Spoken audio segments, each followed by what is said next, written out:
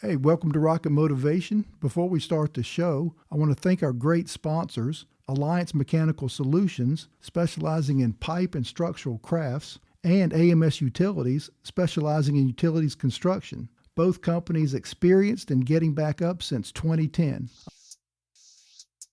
I have a choice in every situation, and if I choose good things will show up in the end. I'm a product of second chances. We've always said forgiveness is for the person that's doing the forgiving, and I didn't want to take that negative energy forward. I'm sitting here believing for a miracle, so how can I ask to be blessed with something and then maintain a level of hate? Especially coming from a background that I come from, was to start believing in the things that I say I believe in. God's plan is whatever you put in motion. And if you put it in motion, you need to make sure you have all your steps in order. So I don't blame God, I don't blame the devil, I don't blame nobody. I always start with me. The biggest devil I ever face in life lives in my reflection. Hey everyone, this is Rod Cate, and welcome to this week's episode of Rocket Motivation. This week's guest lost his wife of 13 years when the vehicle in which she was driving was struck by another vehicle driven by a teenager. His 2 children were in the vehicle, his daughter badly injured. He tells his story of forgiveness, how he has dealt with the loss of his wife, and provides his take on life and the lessons he's learned.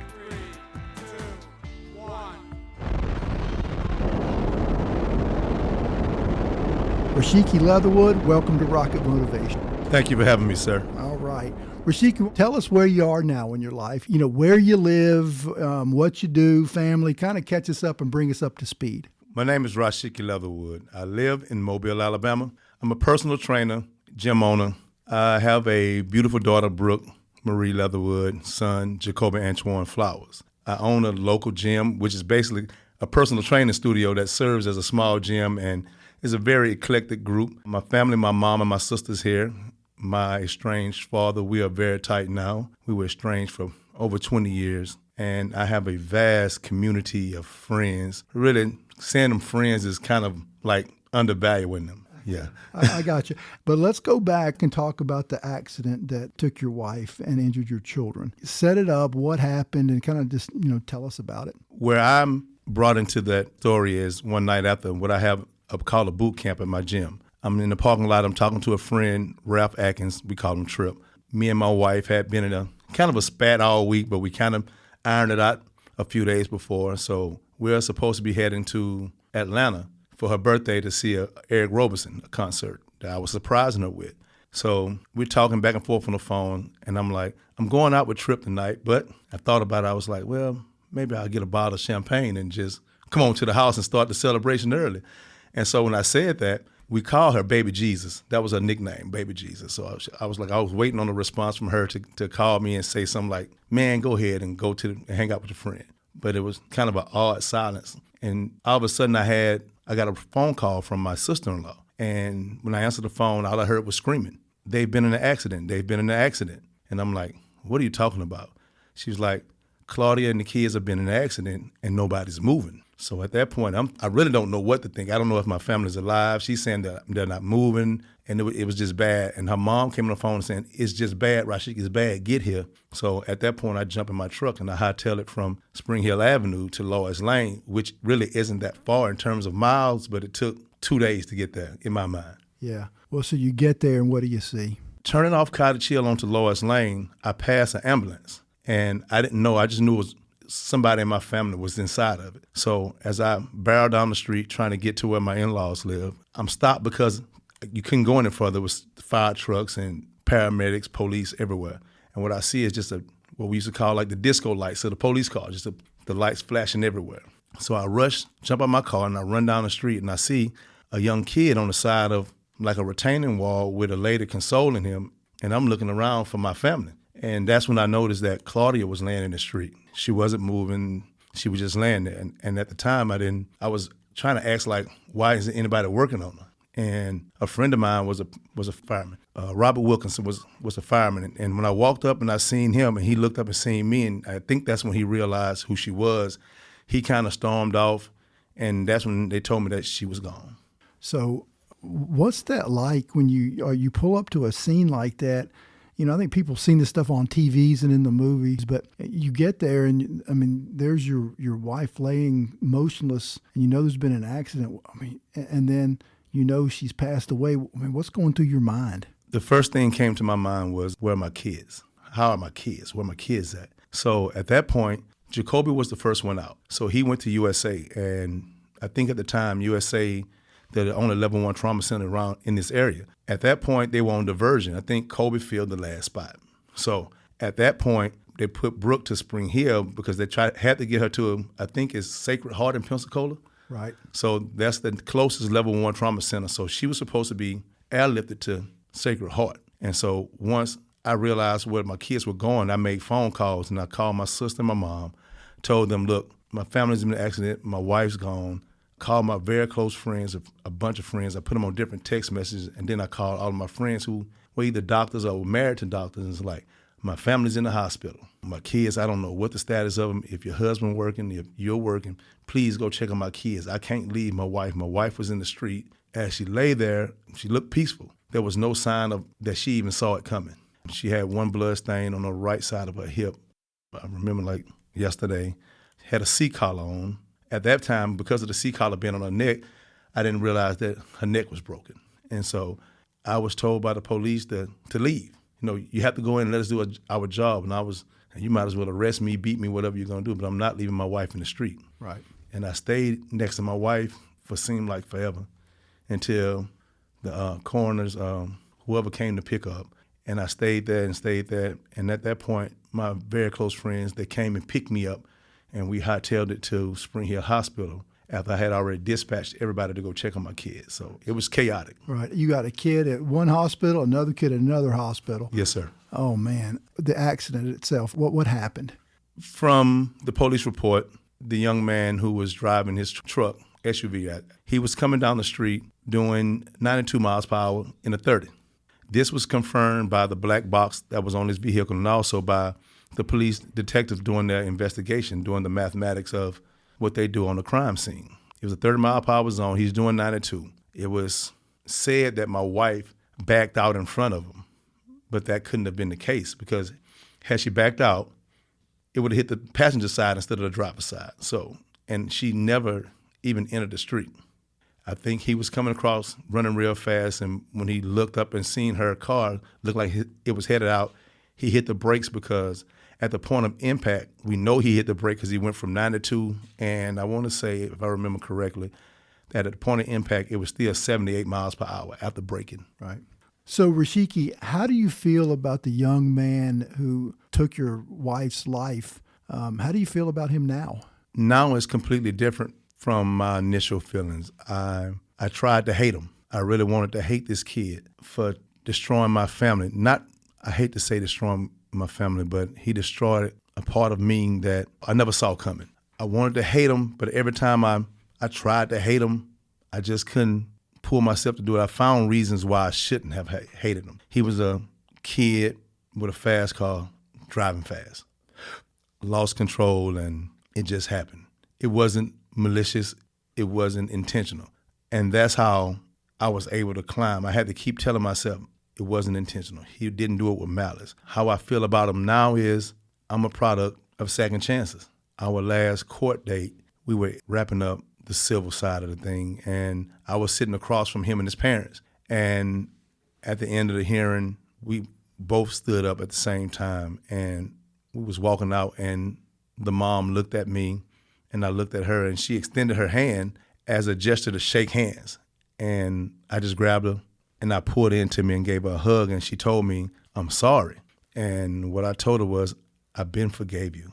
That I forgave you guys a long time ago. And that's when a young man came to me. I didn't know how I would respond. And he just walked up and he gave me a hug. And for me, that was weird because I was like, I don't know if I was in his shoes, if I would have that strength. I would probably be fearful of walking into somebody like myself and giving them a hug after I'd taken so much from him. And what I did was tell him was the best thing he can do for my wife was to not let this situation define him. Go on and do something great with your life. Don't let this make who you are. Don't let this be the only thing that you remember for in life. Be a better person behind this. You know, my wife, all the I'm sorry's won't help. But if you can do something to change somebody else's life, to impact somebody else's life, and keep a young person from doing some dumb things and maybe influencing or impacting somebody else's life, then do that. But go on and be great. That's the best way you can honor my wife, is by going on and being great, taking this second chance you've been given and doing something good with it. And you got a text from someone that was in the courtroom that was observing you that day, right? Yes, sir. Why don't you read that text? Her name is Key Wallace. She writes, "Hello, I was the officer in the courtroom today, and I couldn't help but admire your humbleness. When you embraced the young man and his family that changed your life and family forever, your heart is big. Stay blessed, and I will continue to pray for your strength. Take care." Well, and I know I saw you on the news reports, and it looked like almost immediately you forgave this kid. Yes, sir. Why was it so important from you from the get-go? I think you end the interview with that you forgive this teenager. Why was it so important for you to do that? We've always said forgiveness is for the person that's doing the forgiving, and I didn't want to take that negative energy forward. I'm sitting here believing for a miracle. So how can I ask to be blessed with something and then maintain a level of hate? And for me, it was the only thing I could rationale. And my belief was, God, you said if I believe, you'll give me the desires of my heart. Right now, I can't ask for my wife back, but save my kids. And so at that point, it was out of my hands. So the things that I could control, which was how to move forward. You know, I have a choice. Even though I had no choice of being in the situation I was in, I had a choice in how I dealt with it. And the best way for me to deal with it, especially coming from a background that I come from, was to start believing in the things that I say I believe in. So it's easy to talk the talk while everything is going good. But when it falls apart, that's when it really is hard for most people to really lean on the things they say they lean on. But at that point, it was all I had. Right. Now, your daughter and son, how are they today health-wise? My son, he will be 19 July 28. He's at Tuskegee. He's in architectural engineering up at Tuskegee. He's doing great. He's on the dean's list. My daughter, who actually coded twice, she was totally brain dead, couldn't walk, had to learn to swallow again, everything. She has a 4.0 in the 8th grade. She plays basketball, travel cheer, runs track. And this is, for me, that's why it's easy for me to smile going forward, because she was supposed to be a vegetable. Right. With your wife's passing and what happened, how have you been able to deal with that since it's happened and overcome through today? When it first happened, I don't want to say that it was easy. Dealing with it was bearable because I was sitting there watching my kids fight for their life. So my thing was, there was nothing I could do for my wife. There was nothing I can do but reflect on all the things that we had, all the talks that we had about, in one of our absence, what we thought the other one should do, what we required of the other one to do. So my thing was, I didn't have a chance to really sit down and focus on my wife in the beginning, because here I am, I'm fighting for my kids. If you don't know, my son is not my biological son. When I met my wife, he was 1 year old. At the time of the accident, he was 14, so I raised him. So his father came and pulled him out the hospital. He didn't want to go, but his father came and got him. And that was a hard thing to watch. And he was looking at me like, I don't want to go, but there was nothing I can do because there was a court-ordered child support order in place. So by law, he was the legal guardian. And I wanted my son home. And I knew that my daughter wanted him home. So I had that going on. I also had my daughter who, like I say, she's in a coma. She's having neurological storms. People are actually thinking that she's moving on her own, but it was just her brain trying to heal.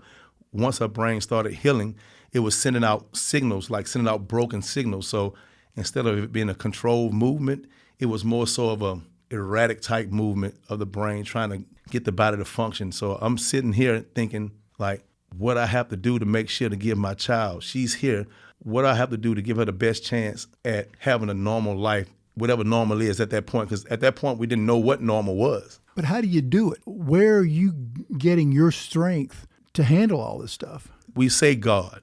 That's so convenient and so easy to say. I got it from God. I'm like, yeah.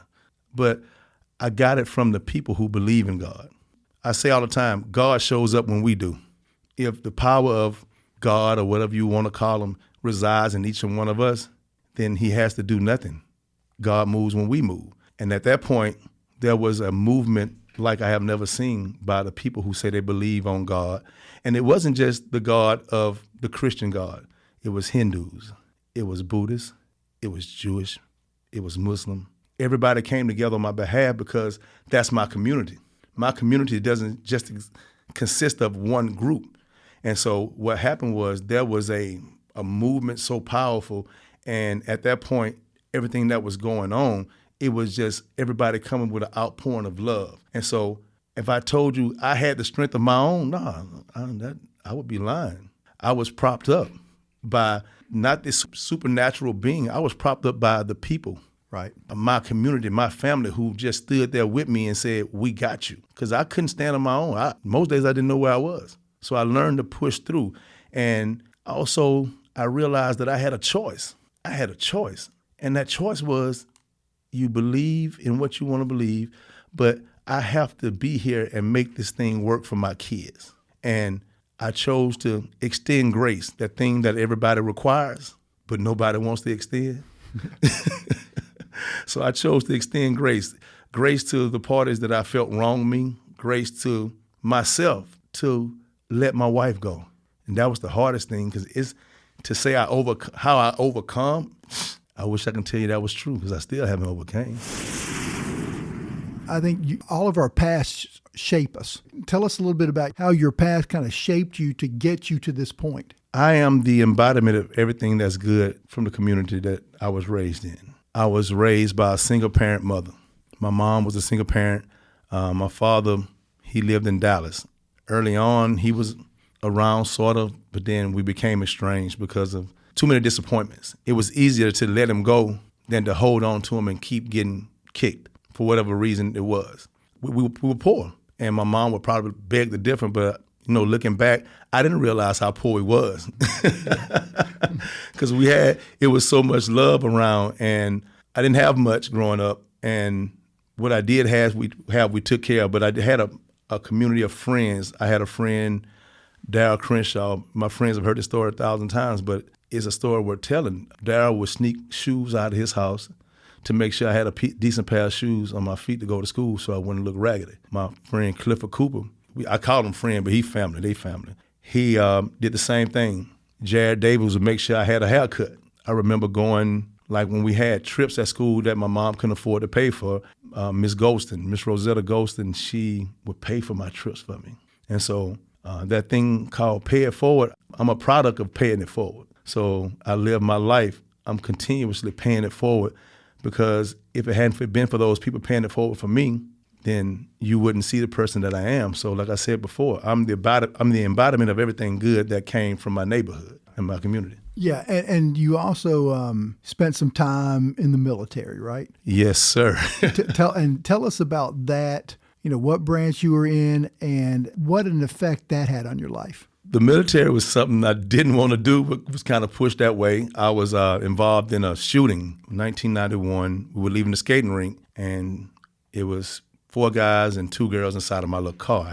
It's a Mercury Comet, but it was more like a Maverick, for those that's old enough to remember what a Maverick is. And we pulled out the skating rink, made a left, going back off Shelton Beach Road, going back towards Moffett Road. And a friend, Jimmy Gross, said, "Man, why are those guys running to the bushes?" I'm like, I don't know. We're getting out of here. And all of a sudden, gunfire erupted. Boom, everywhere. I mean, so many bullets coming our way. That went down. I ended up getting arrested because there was a gun inside of my car. It wasn't my gun, I want to say, but there was a gun in the car. I get arrested, and then my aunt called the recruiter that had been recruiting me. I had already once been recruited by West Point to come to West Point on scholarship. I turned that down. But hearing about the impending trouble I was in, my Aunt Shirley, she called the recruiter, I forget her name. And she came in and she went and talked to Judge Thomas. He was Judge Thomas at that time on my behalf, and that's how I ended up in the military. I ended up in the Army, went to MEPS a couple of days later, and I went to the military. The military was what I needed. I had structure, but it expounded upon that structure. I learned to deal with, I think that's one of the greatest assets I had, because I was forced into a situation where I left from the South, where everything was black and white. Back in that day, everything was black and white, and I got thrown into this big mosh pit of Puerto Ricans, Asian, right wing, left wing, no wing. It was, different ideologies. And we all became dependent upon each other for survival. So, like the old saying, there are no atheists in the foxhole. And in the foxhole, there's no racism also. So those guys became my brothers, and we still talk to this day. 30 years after seeing some of them, we still just as close, especially with the social media realm. So it taught me how to deal with different people. Right. Okay. And let's talk about, because I want to hit this. We all have made some bad decisions in our Yes, lives. Sir. Tell us about kind of what happened where I know you spent some time in jail. Yes, in sir. Prison. Tell us about that. I was discharged from the military. I stayed in Fayetteville, and I was in a singing group, and I was heavily into doing music. Had a group called Triple Effects, and we were a really good group.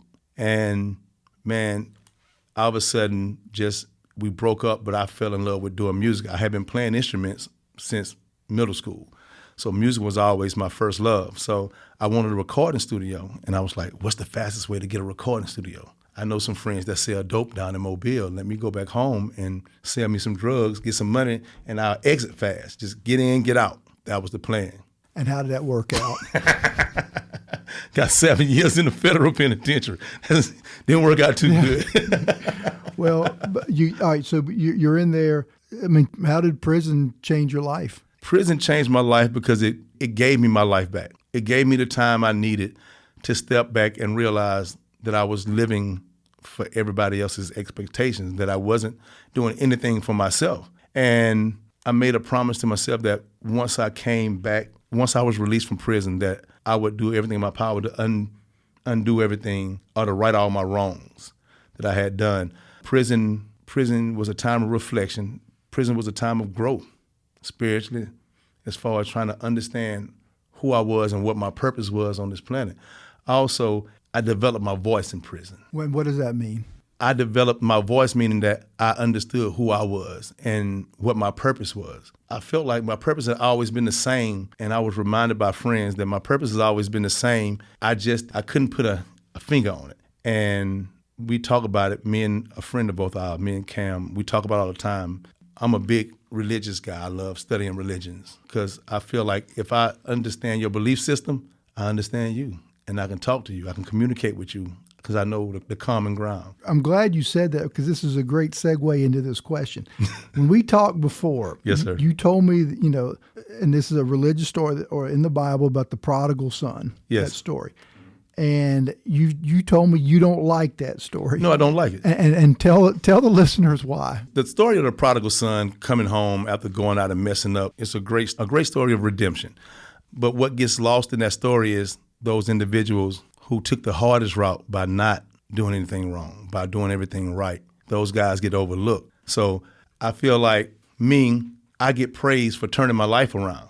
But that person who walked the walk, who didn't deviate from the system, who held solid on his beliefs and his morals, and he didn't break the law. He didn't go against the grain. Those guys get overlooked by guys like me because everybody loves to support the underdog. I wasn't the underdog. I put myself under.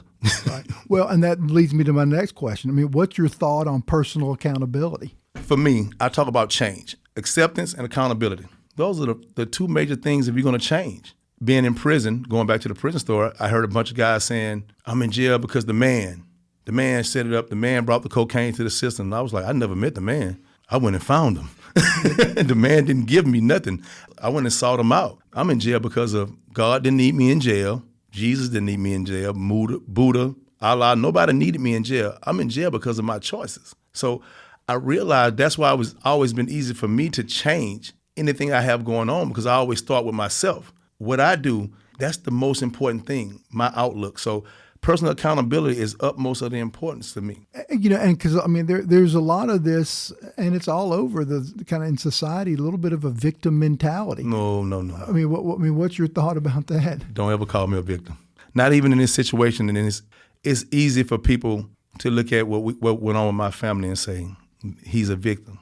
No, I'm not a victim. Well, and let me ask you this too. So all the stuff that you've been through, what have you learned about yourself? I learned that I am exactly who I've always been, And I've learned to stand tall and proud in who I've always been. I've learned that I have a choice in every situation, and my life will be the result of the choices I make. And that's what I've learned. I've learned that if I choose good things will show up in the end. When I talk to the kids, I've been mentoring kids for the last 26 years. I tell them all the time, the shortest distance between 2 points is a straight line. Then my next words is, show me the shortcut. Right. And let me ask you this. What are we supposed to get out of life? What are we supposed to get out of life? You get everything you put into it. If you put nothing, don't expect nothing. If you give it your all, you'll get it. And it doesn't always happen at once. The problem is we want everything right now. And what we do is use those excuses, the most common excuses when things don't go our way. That isn't part of God's plan. Just say I wasn't prepared. Just say I didn't do my homework. From what I've read in the books, God's plan is whatever you put in motion. And if you put it in motion, you need to make sure you have all your steps in order. So I don't blame God. I don't blame the devil. I don't blame nobody. I always start with me. The biggest devil I ever face in life lives in my reflection. Right. I want to talk about your gym, the Next Level Fitness and Performance. Why did you start it? I was forced to start it. I was a partner. I was a partner in the gym over on Dolphin Street, Phoenix Fitness. And I had a partner. I came into the gym and revitalized the gym. Membership went up and my partner was stealing money. Then I ended up getting sued. I was the only one named in a lawsuit by Cummins, which is a real estate company around here. And I was like, what am I going to do? I was the lab manager at Dairy Fresh. I left my job. And when I left the job, so I went full-time training. I'm like, man, my gym is gone. I'm getting sued for $364,000. I'm like, my goodness, what am I supposed to do? And I'm like, well, we're going to figure something out. So I said, I knew I wanted to stay in this vein because it was how I was feeding my family. So I was forced to open my own gym. So when I opened my own gym, it was a large percentage of our gym came with me. And my gym, I always tell people, is a microcosm of what the world should be. And what do you mean by that? Inside my gym, there's everybody from a guy that's just been released from prison to CEOs of multi-million-dollar companies, and they get along.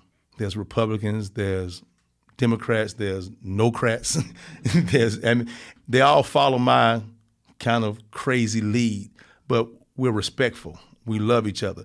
When I use an example, a friend, other gym, his house burned down, lost everything, made one post on Facebook. The outpouring of love from the gym, furniture, clothes, money, place to stay. Everything came in, and we don't just do it for the gym family. I can't begin to tell you how many times that citizens of Mobile in our community have been impacted by houses burned out, a mother dying and leaving kids around, that we've stepped in. And I feel like I see things and I say, look, man, I need y'all help. Help me bless some people. And never once do they balk, and they come. And they come in full force. And so that's why I've always said that my purpose has always been a bridge. I think I told you this before. I felt like I've always been a bridge between people to get things to and from people. And I don't take that position lightly. Right. And I was going to ask you, what do you believe your purpose in life is, but you just answered it. You're the bridge.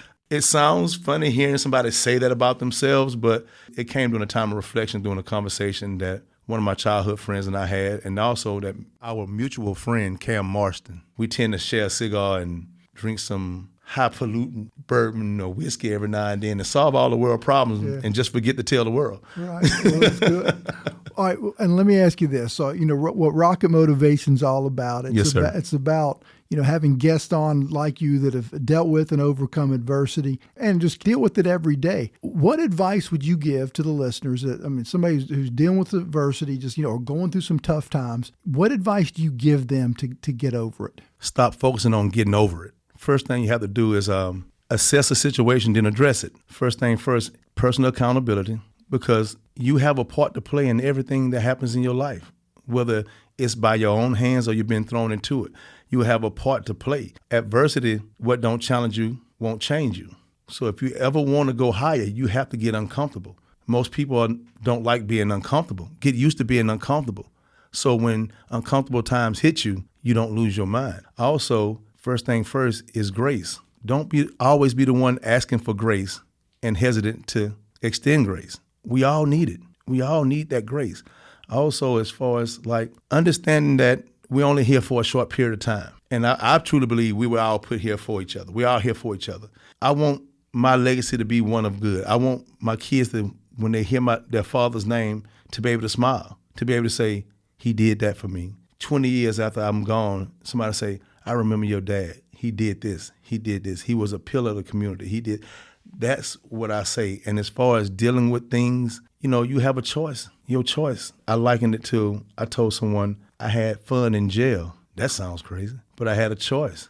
And I made the choice. I got to be here. Which one makes the time go by faster? When you're having fun or when you're down, depressed in the dumps? So when I'm having fun. So since I had to be here, let's make the best out of it. And so that's what I did. I never spent the day in jail. I never spent the day because I didn't allow my mind to be caged. Hey, I assume you still got some spots open in your gym if somebody wants to join? Yes, my goodness. All right, so if somebody wants to join your gym, go ahead and tell us the name of it again and how they can get in touch with you to join. Next Level Fitness and Performance, 4622 Spring Hill Avenue. My name is Rosshiki Leatherwood. I'm the owner.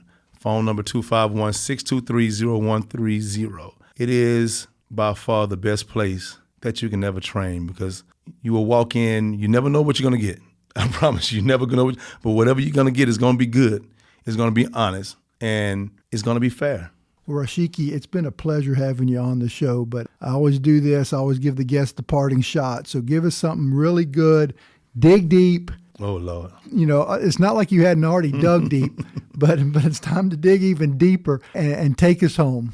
Not getting too religious on people. I tell people all of this all the time. Everybody's waiting on God to do something. Have you thought maybe God waiting on you? That's one of the things we are constantly praying and asking God to do the things that we have the power to do. And that's one of the things, if I go back to my upbringing, which was in the Christian faith, my upbringing said that we were given the power over everything down here. So why would God give us all this power and come down here and do everything for us? Your destiny lies in your hands. So, pray all you want, but when you finish praying, get up and do something. Right. All right. Well, Rosshiki, it's been a pleasure having you on. It's been my honor having you on this show. That's my pleasure to be here. Oh, man, it's been great. What a great episode with Rosshiki Leatherwood. It's just great to hear someone to be able to talk so openly and honestly about their life and about their life lessons. What a way to end season 4.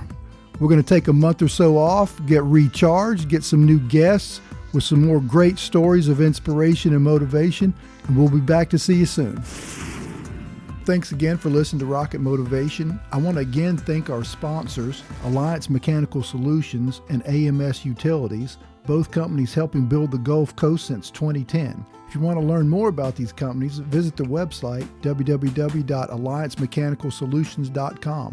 If you would like to get my book, Get Back Up, it's available at Amazon. Just put in Get Back Up and my name, Rod Cate, and the book will pop up. I'd appreciate it if you would subscribe to Rocket Motivation wherever you listen to your podcasts. And please rate and review the shows and spread the word about Rocket Motivation to your friends. So until next time, remember, never give up and always get back up.